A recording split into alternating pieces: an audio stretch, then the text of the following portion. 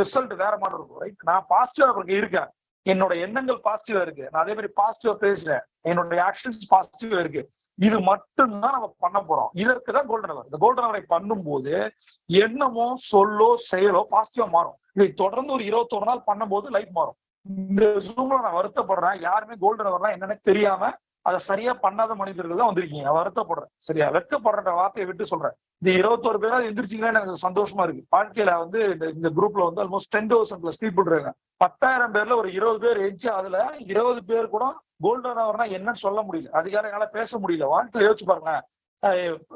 நான் வந்து நிறைய இன்ட்ராக்ட் பண்ணணும்னு நினைக்கிறேன் சார், உங்கள்கிட்ட பேசணும்னு நினைக்கிறேன், காலைல எந்திரிச்சு கோல்டன் அவர் பண்ணும், டைரி எடுத்து வச்சு ஒய்ஃப் லைட் ஆஃப் பண்ணிடுறா. இவளோட போராட்டதே வாழ்க்கையில பெரிய போராட்டமா இருக்கு. வீட்லயும் போராட்டம், வெளியிலயும் போராட்டம். வாழ்க்கையில எப்படி ஜெயிக்க முடியும்? ஏதாவது ஒண்ணு மைண்ட் உடைக்கணும் அந்த பேரியரை. என்னால கோல்டன் அவர் பண்ண முடியல, ஒரு டைரி நோட்ஸ் எடுத்து கண்டென்ட் எழுத முடியலன்னா என்ன மாற்றம் வரப்போகுது?